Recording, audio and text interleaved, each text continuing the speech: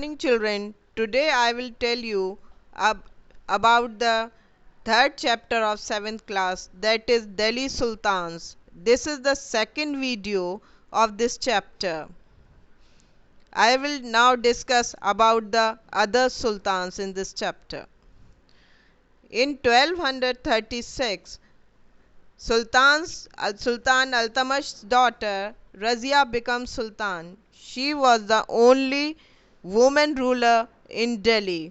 The chronicler of age Minhaj-e-Siraj says that she was able and qualified than all his brothers.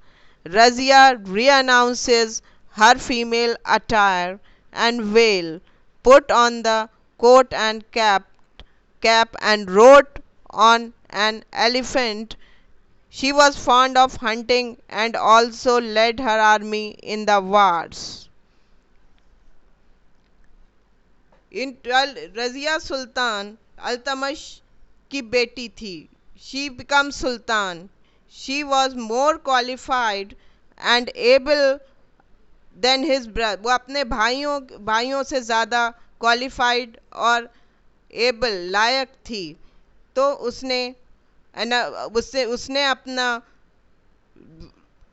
Lady वाला वस्त्र उतार कर coat और cap और पहना और घोड़े के ऊपर एलिफेंट के ऊपर बैठी.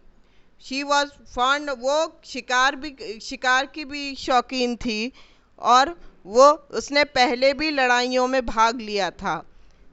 She was successful in establishing law and order in the kingdom, but the clergy was not comfortable at having a queen as ruler. लेकिन वो कानून और व्यवस्था अच्छी तरह चला सकती थी, लेकिन उसके अंडर जो लोग थे वो कंफर्टेबल नहीं थे, क्योंकि वो ये नहीं चाहते थे रानी ही एक राजा के रूप में काम करे. No were the nobles, especially the Chalagani and the Forti, happy at her attempt to rule independently. कुछ लोग ऐसे थे जो चाहते थे कि ये बिल्कुल राज ना करे. They conspired against Razia and killed her in a battle just near Delhi. उन्होंने उसके खिलाफ साजिश रची और उसको एक लड़ाई में मार डाला जो बिल्कुल दिल्ली के करीब हुई थी. In the early 13th century, the control of Delhi Sultan rarely went beyond heavily fortified town occupied by garrison. 13th century में दिल्ली सल्तनत का कंट्रोल अब एक बहुत बड़े किले रूपी टाउन में चला गया था, जिसे गैरिसन कहा जाता था. The sultan rarely control the hinterland. Hinterland वो लैंड कहलाता है जो बिल्कुल उससे मिला हुआ होता है, और the part of the city जो शहर से जुड़ा हुआ ही होता है.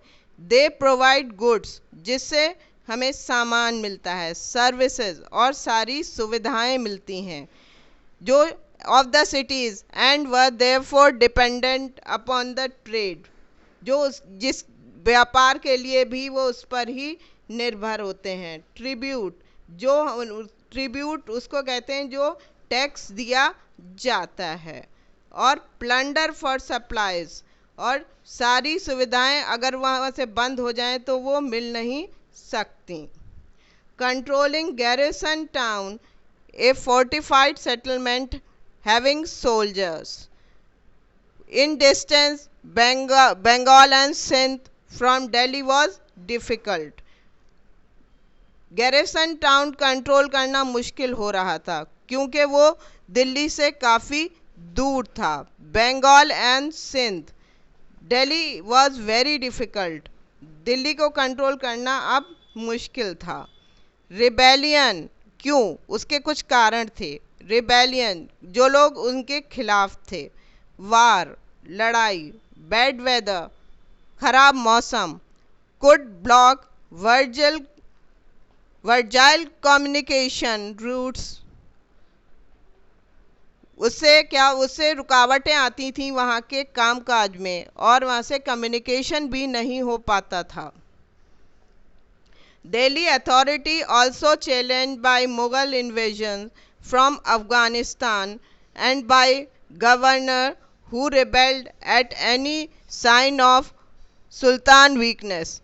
वो एक दिल्ली सल्तनत को मुगल्स भी चैलेंज कर रहे थे हमले के लिए, जो अफगानिस्तान के द्वारा किया जाना है।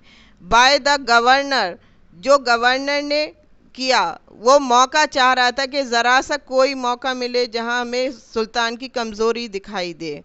The sultan barely survive these challenges, लेकिन सुल्तान इसकी इन चुनौतियों का सामना नहीं कर पाया। Its consolidate took place during the reign of Ghiyasuddin Balban, लेकिन गयासउद्दीन बलबन ने इसको आगे मजबूत किया एंड फर्दर एक्सपेंशन, और आगे बढ़ाया under Alauddin Khilji and Mohammad bin Tughlaq.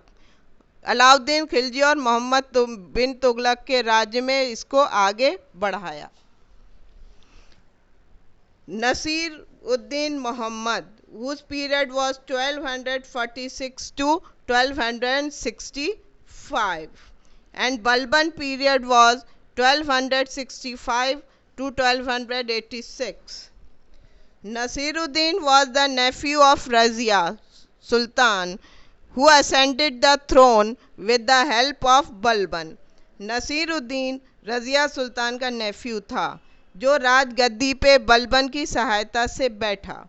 One of the prominent Turkish noble, as he was so young and did not have experience, and Balban was able to gain the support of the Sultan. But nephew was young, वो young था, उसको experience भी नहीं था, इसलिए बलबन को सुल्तान का support मिलने लगा। As he has power by making him his son law, और उसने आगे अपनी ताकत उसे अपनी बेटी से शादी करने के बाद और बढ़ा दी। Though Balban control some historians, Balban control the administration, उसने शासन को संभाला। This was not like by most of the nobles, लेकिन ये ज़्यादातर नोबल्स पसंद नहीं करते थे। अकॉर्डिंग टू सम हिस्टोरियंस, कुछ हिस्टोरियंस ने जैसे कि लिखा है, Balban become the sultan in 1265 after giving poison to Nasiruddin. वो सुल्तान बन गया 1265 में उसको जहर देकर। He occupied dominance upon the Hindus and Rajput chief in the Ganga, Yamuna, Doab and Awadh. उसने हिंदूज और राजपूत चीफ पर अपना डोमिनेंस या सुपरमेसी बढ़ा दी, जो गंगा, यमुना, दोआब और अवध के एरिया में था। He settled there so that he could impose a check. उसने वहाँ पे इसलिए किया कि वो अपना चेक रखना चाहता था on the disturbance caused by Mewatis. वहाँ से लोग मेवातीज डिस्टर्बेंस कर रहे थे। At that time of his death the Turkish rule has been strongly established in Delhi. उसकी डेथ के बाद तुर्किश रूल वहाँ स्ट्रांगली इस्टेब्लिश हो गया दिल्ली में, दोआब एरिया में and eastern Rajasthan. Alauddin Khilji was first Turkish Sultan to establish an empire in India. During his period, the frontier of the Delhi Sultanate extended beyond the Vindhya mountain range to Deccan.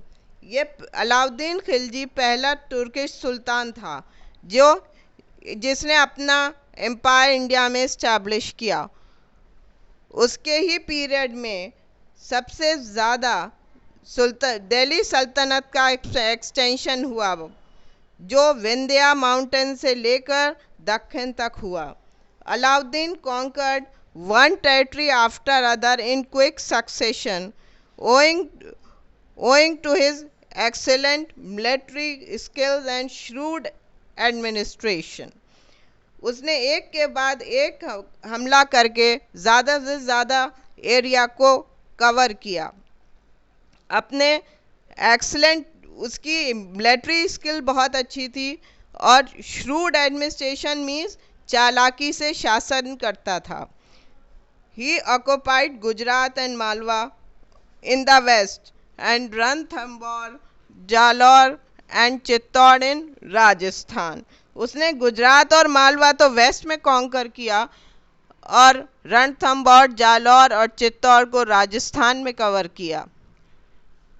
After this, he launched the campaign in the Deccan. He became the first Delhi Sultan to cross the Vindhya range. वो पहला, उसके बाद उसने दक्कन की तरफ बढ़ा और ये पहला सुल्तान था जिसने विंध्या रेंज को क्रॉस किया। Malik Kafur, Alauddin's slaves who captured in Gujarat, was the leader of this campaign. Malik Kafur जो अलाउद्दीन का स्लेव था, उसको ही इसने इसका कमांडर बना दिया। After defeating the Yadavas of Devagiri and the Kakatiyas of Warangal, he later fought to invade the Hosalas of Dwara Samudra and the Pandyas of Mabar in 1310. After defeating उन्हें Yadav of Devgiri और कतकियाज ऑफ वरंगल, इन लोगों को हराया। उसके बाद होशियाल ऑफ द्वारा समुद्र एंड पांड्यास, और पांड्यास को भी हराया। In 1310 the Hoysalas army surrendered in front of Khilji troops. Hoysala army ने आत्मसमर्पण कर दिया खिलजी ट्रूप्स के सामने। विद इन द फोर्टनाइट, एक हफ्ते के बाद, Kafur moved a mountainous route further south to reach Mabar. वो आगे बढ़ना चाहता था, उस पहाड़ी रास्ते से वो मबार पहुंचना चाहता था। Where he destroyed many temples. उसने वहां बहुत सारे मंदिरों को भी नुकसान पहुंचाया या तोड़ा। Its ruler fled मदुराई, वहां का राजा मदुराई भाग गया। Alauddin welcomed Kafur at the hall of 1,000+ Sri Fort in Delhi when he returned back from his victory campaign along with 612 elephants, 20,000 horses, and chest of precious jewels and lot of gold. This incident was recorded by Barani. उसने उसको Shri fort में जो 1000 pillars का बना हुआ hall है, उसमें उसने उसको वेलकम किया जब वो जीतने के बाद आया। 612 एलिफेंट्स के साथ, 20,000 हॉर्सेस के साथ और बहुत ज़्यादा हीरे जवाहरात और सोने के साथ ये इंसिडेंट बरानी ने रिकॉर्ड किया है। Instead of bringing all occupied territories under his direct control, Alauddin made the ruler of the territories accept his dominance. उसने पहले बजाय कंट्रोल, उसने डायरेक्ट कंट्रोल नहीं किया, उसने अलाउद्दीन ने रूलर्स के ऊपर डोमिनेंस किया, रूलर्स के ऊपर अपनी सुपरमेसी बना रहा था। They were forced to pay huge amount of money. उन्हें बहुत ज़्यादा पैसा देना पड़ता था। In the form of tribute, tribute जो एक लगान के तौर पर देते थे। Mohammad bin Tughlaq, after the death of Alauddin, Ghiyasuddin established the Tughlaq dynasty in 1324. Alauddin के डेथ के बाद गयासुद्दीन ने तुगलक डायनेस्टी स्थापित की, जिसमें मोहम्मद बिन तुगलक बैठा राजगद्दी पर इन 1325 में। He was a great scholar, वो एक अच्छा स्कॉलर था। With the pattern of learning, उसको बहुत सारे सब्जेक्ट्स की नॉलेज थी। ही एक्सपेल्ड इन पोएट्री, उसे कविता का बहुत अच्छा ज्ञान था। मैथमेटिक्स, एस्ट्रोनॉमी और फिलॉसफी का। He was open minded and A lover of justice, वो खुले दिमाग का इंसान था और इंसाफ का चाहने वाला था या इंसाफ करना पसंद करता था। The ulemas was unhappy and turn against him as he question on their working. Ulemas उससे खुश नहीं थे। उलमास किसको कहा जाता है? एक ग्रुप ऑफ मुस्लिम प्रीजेंट्स, जो मुस्लिम प्रीस्ट होते हैं उन्हें उलमा कहते हैं। वो उनसे खुश नहीं थे, क्यों कि वो उनके काम करने पर सवाल उठाता था या पूछता था।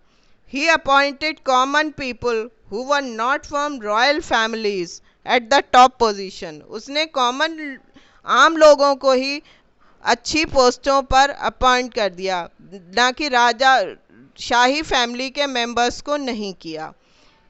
He was cruel, वो क्रूअल था, cruel and gave harsh punishment, और बहुत कड़ी सज़ा दिया करता था किसी भी गलती पर। As stated by Ibn Battuta, जो इब्ने बतूता ने लिखा है, जो बाहर से जो उसके कोर्ट या दरबार में आया था। Shifting of the capital, shifting of the capital from Delhi to Devagiri, he named it Daulatabad, was the most disputable step taken by Muhammad bin Tughlaq, जो उसने अपना कैपिटल दिल्ली से देवगिरी शिफ्ट किया, जिसको उस नाम दौलताबाद दिया। वो सबसे गलत स्टेप ले लिया जिसमें लोगों के बीच मतभेद थे।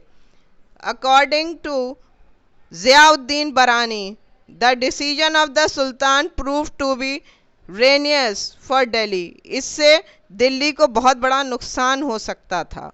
Delhi which had grown and prosperous through 170 to 180 years, जिसमें इतनी तरक्की हुई थी दिल्ली में 170 to 180 ईयर्स के बीच, by which revelry rivalled Cairo and Baghdad was ruined, जिसमें उसने तकरीबन कैरियो और बगदाद को ख़त्म ही कर दिया था, क्योंकि troops along with their families, जो सिपाही थे अपने परिवार के साथ, dependents, servants, maid servants, was force to move, नौकर नौकरानियाँ सबको उनके साथ अपने साथ आने को मजबूर कर दिया।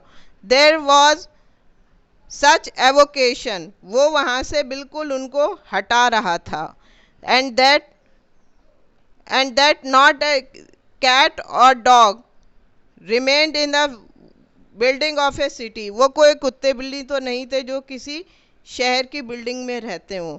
Many of them died on the road due to long and tiresome journey to Daulatabad, वो कुछ तो सड़क रास्ते में आने में ही मर गए, क्योंकि ये लंबा रास्ता और थकाने वाला था जो दौलताबाद तक आता था। ऑल्दो ही ब्रॉट ट्रेडर्स, वो अपने साथ व्यापारियों को भी लाया। लर्नड मैन, पढ़े लिखे लोगों को भी लाया। लैंड होल्डर्स, जिनके पास ज़मीनें थीं उनको भी लाया। To reside in Delhi, Delhi में रहने के लिए। Yet this step prove to be very harmful, लेकिन ये जो उसने कदम उठाया इससे उसे बहुत ज़्यादा नुकसान हुआ। Mohammad bin Tughlaq face shortage, issue of bronze currency, अब उसने नया एक स्टेप उठाया, जो था कि उसने ब्रोंज की करेंसी शुरू करी। Mohammad bin Tughlaq faced shortage of silver in the years. उसे अब कुछ सोने चांदी की कमी शुरू हो गई थी उसके एरिया में, जो 1329 टू 1330 तक थी। Due to this he issued copper and bronze coin. उसने कांस और तांबे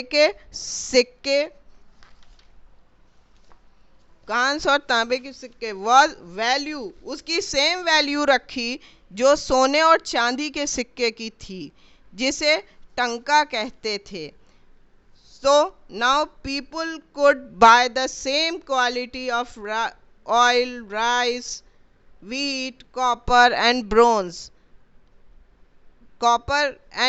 coins as with the टंका। जो वो सोने चांदी के सिक्के से ले सकते थे, वही वो अब कॉपर और ब्रोंज के सिक्के से भी वही चीज़ें ले सकते थे। There were gold, silver, bronze coin in circulation। अब ये चारों सिक्के चल रहे थे, गोल्ड, सिल्वर और copper. As gold and silver were naturally more precious, अब सोने और चांदी के सिक्के तो बहुत ज़्यादा कीमती होते हैं, than copper and bronze coins, copper और ब्रोंज कॉइन्स से people horde them and use only copper and bronze coin for transaction. उन लोगों ने सोने के और चांदी के सिक्के जमा कर लिए और कॉपर और ब्रोंज के सिक्के से ही अपना काम चला रहे थे। As there was no specific minting facilities at that time. सिक्के बनाने की कोई ऐसी स्पेसिफिक तरीका नहीं था। स्पेसिफिक मीन्स खास। People start minting coins at their home self. लोगों ने घर में ही सिक्के बनाना शुरू कर दिए।